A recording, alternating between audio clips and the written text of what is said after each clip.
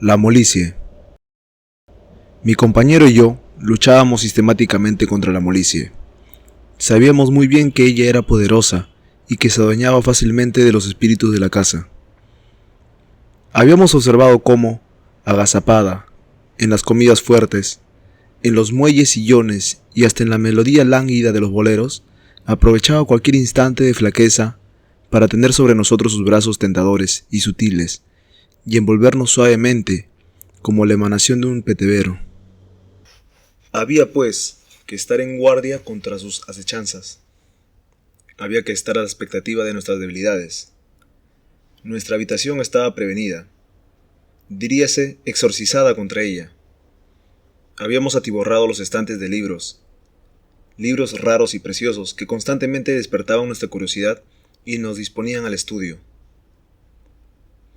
Habíamos coloreado las paredes con extraños dibujos que día a día renovábamos para tener siempre alguna novedad, o por lo menos la ilusión de una perpetua mudanza. Yo pintaba espectros y animales prehistóricos, y mi compañero trazaba con el pincel transparentes y arbitrarias alegorías que constituían para mí un enigma indescifrable. Teníamos, por último, una pequeña radiola en la cual en momentos de sumo peligro poníamos cántigas gregorianas, sonatas clásicas o alguna fustigante pieza de jazz que comunicara a todo lo inerte una vibración de ballet. A pesar de todas esas medidas, no nos considerábamos enteramente seguros. Era, a la hora de despertarnos, cuando las golondrinas nos marcaban el tiempo desde los tejados, el momento en el que se iniciaba nuestra lucha. Nos provocaba correr la persiana, amortiguar la luz y quedarnos tendidos sobre las duras camas, dulcemente mecidos por el vaivén de las horas. Pero estimulándonos recíprocamente con gritos y consejos, saltábamos semidormidos de nuestros lechos y corríamos a través del corredor caldeado hasta la ducha, bajo cuya agua helada recibíamos la primera cura de emergencia. Ella nos permitía pasar la mañana con ciertas reservas, metidos entre nuestros libros y nuestras pinturas. A veces, cuando el calor no era muy intenso, salíamos a dar un paseo entre las arboledas, viendo a la gente arrastrarse penosamente por las calzadas, huyendo también de la molicie, como nosotros. Después del almuerzo, sin embargo, sobrevenían las horas más difíciles y en las cuales la mayoría de nuestros compañeros sucumbían. Del comedor pasábamos al salón y, embotados por la cuantiosa comida, caíamos en los sillones. Allí pedíamos café antes que los ojos se nos cerraran, y gracias a su gusto amargo y tostado, febrilmente sórbido, podíamos pensar lo elemental para mantenerlos vivos. Repetíamos el café, fumábamos, hojeábamos por centésima vez los diarios, hasta que la molicie hacía su ingreso por las 3 grandes ventanas asoleadas. Poco a poco, disminuía el ritmo de los coloquios, las partidas de ajedrez se suspendían, el humo iba desvaneciéndose, el radio sonaba perezosamente y muchos quedaban inmóviles en los sillones, un alfil en la mano, los ojos entrecerrados, la respiración sofocada, la sangre viciada por un terrible veneno.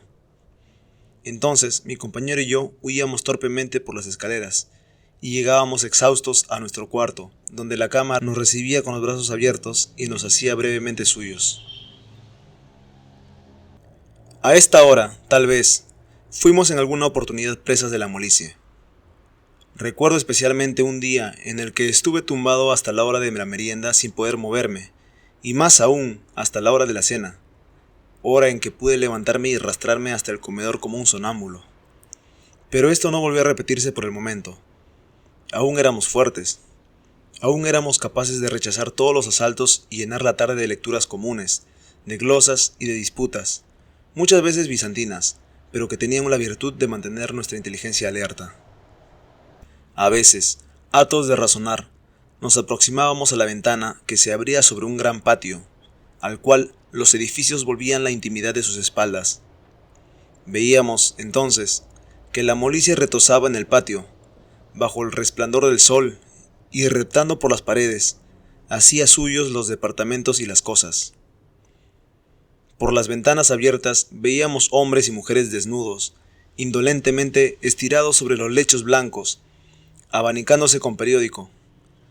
A veces alguno de ellos se aproximaba a su ventana y miraba el patio y nos veía a nosotros. Luego de hacernos un gesto vago, que podría interpretarse como un signo de complicidad en el sufrimiento, regresaba a su lecho, bebía lentos jarros de agua, y envuelto en sus sábanas como en un sudario, proseguía su descomposición. Este cuadro al principio nos fortalecía, porque revelaba en nosotros cierta superioridad. Mas, pronto aprendimos a ver en cada ventana como el reflejo anticipado de nuestro propio destino, y huíamos de ese espectáculo como de un mal presagio. Habíamos visto sucumbir, uno por uno, a todos los desconocidos habitantes de aquellos pisos. Sucumbir insensiblemente, casi con dulzura, o más bien con voluptuosidad. Aún aquellos que ofrecieron resistencia, aquel, por ejemplo, que jugaba solitarios, o aquel otro que tocaba la flauta, habían perecido estrepitosamente. La poca gente que disponía de recursos se libraban de la molicie abandonando la ciudad. Cuando se produjeron los primeros casos, improvisaron equipajes y huyeron hacia las sierras nevadas o hacia las playas frescas, latitudes en las cuales no podía sobrevivir el mal. Nosotros, en cambio, teníamos que afrontar el peligro, esperando la llegada del otoño para que se extendiera su alfombra de hojas secas sobre los maleficios del estío. A veces, sin embargo, el otoño se retrasaba mucho, y cuando llegaban los primeros cierzos, la mayoría de nosotros estábamos incurablemente enfermos, completamente corrompidos para toda la vida. Las 7 de la noche era la hora más benigna. Diríase que la molicie hacía una tregua y, abandonando provisoriamente la ciudad, reunía fuerzas en la pradera, preparándose para el asalto final. Este se producía después de la cena, a las 11 de la noche, cuando la brisa crepuscular había cesado, y en el cielo brillaban estrellas implacablemente lúcidas. A esta hora eran también, sin embargo, múltiples las posibilidades de evasión. Los adinerados emigraban hacia los salones de fiesta en busca de las mujerzuelas para hallar, en el delirio, un remedio a su cansancio. Otros se hartaban de vino y regresaban ebrios en la madrugada, completamente insensibles a las sutilezas de la molicie. La mayoría, en cambio, se refugiaba en los cinematógrafos del barrio, después de intoxicarse de café. Los preparativos para la incursión al cine eran siempre precedidos de una gran tensión, como si se tratara de una medida sanitaria. Se repasaban los listines, se discutían las películas, y pronto salía la gran caravana cortando aire al espeso de la noche. Muchos, sin embargo, no tenían dinero ni para eso y mendigaban plácidamente una invitación. O la exigían con amenazas, a las que eran conducidos fácilmente por el peligro en el que se hallaban. En las incómodas butacas veíamos 3 o 4 cintas consecutivas, con un interés excesivo, y que en otras circunstancias no tendría explicación. Nos reíamos de los malos chistes. Estábamos a punto de llorar en las escenas melodramáticas. Nos apasionábamos con héroes imaginarios, y había en el fondo de todo ello como una cruel necesidad y una común hipocresía. A la salida frecuentábamos paseos solitarios, aromados por perfumes fuertes, y esperábamos en peripatéticas charlas que el alba plantara su estandarte de luz en el oriente, signo indudable de que la molicie se declaraba vencida aquella jornada. Al promediar la estación, la lucha se hizo insostenible. Sobrevinieron unos días opacos, con un cielo gris cerrado sobre nosotros como una campana neumática. No corría un aliento de aire y el tiempo detenido husmeaba sórdidamente entre las cosas. En estos días mi compañero y yo comprendimos la vanidad de todos nuestros esfuerzos. De nada nos valían ya los libros, ni las pinturas, ni los silogismos, porque ellos a su vez estaban contaminados. Comprendimos que la molicie era como una enfermedad cósmica, que atacaba hasta los seres inorgánicos, que se infiltraba hasta en las entidades abstractas, dándoles una blanda apariencia de cosas vivas e inútiles.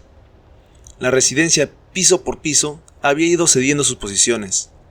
La planta inferior, ocupada por la despensa y la carbonería, fue la primera en suspender la lucha.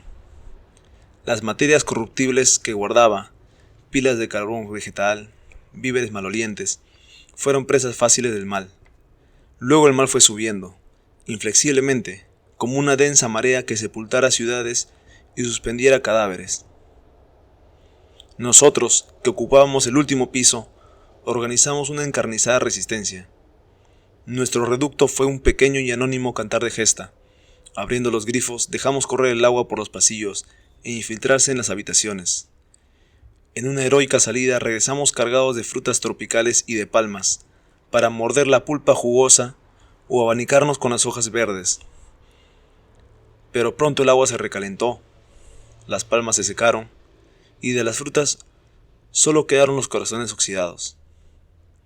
Entonces, desplomándonos en nuestras camas, oyendo cómo nuestro sudor rebotaba sobre las baldosas, decidimos nuestra capitulación.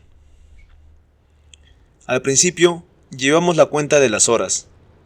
Un campanario repicaba cansadamente muy cerca nuestro. ¿Quién lo tañería? La cuenta de los días, pero pronto perdimos toda noción del tiempo. Vivíamos en un estado de somnolencia torpe, de embrutecimiento progresivo. No podíamos proferir una sola palabra, nos era imposible hilvanar un pensamiento, y éramos fardos de materia viva, desposeídos de toda humanidad. ¿Cuánto tiempo duraría aquel estado? No lo sé, no podría decirlo. Solo recuerdo aquella mañana en que fuimos removidos de nuestros lechos por un gigantesco estampido que conmovió a toda la ciudad. Nuestra sensibilidad, agudizada por aquel impacto, quedó un instante alerta. Entonces sobrevino un gran silencio. Luego, una ráfaga de aire fresco abrió de par en par las ventanas y unas gotas de agua motearon los cristales. La atmósfera de toda la habitación se renovó en un momento y un saludable olor a tierra humedecida nos arrastró hacia la ventana. Entonces vimos que llovía copiosa, consoladoramente. También vimos que los árboles habían amarillado y que la primera hoja dorada se desprendía y después de un breve vals tocaba la tierra. A este contacto, un dedo en llaga gigantesca, la tierra despertó con un estertor de un inmenso y contagioso júbilo, como un animal después de un largo sueño, y nosotros mismos nos sentíamos partícipes de aquel renacimiento y nos abrazamos alegremente sobre un dintel de la ventana, recibiendo en el rostro las húmedas gotas del otoño.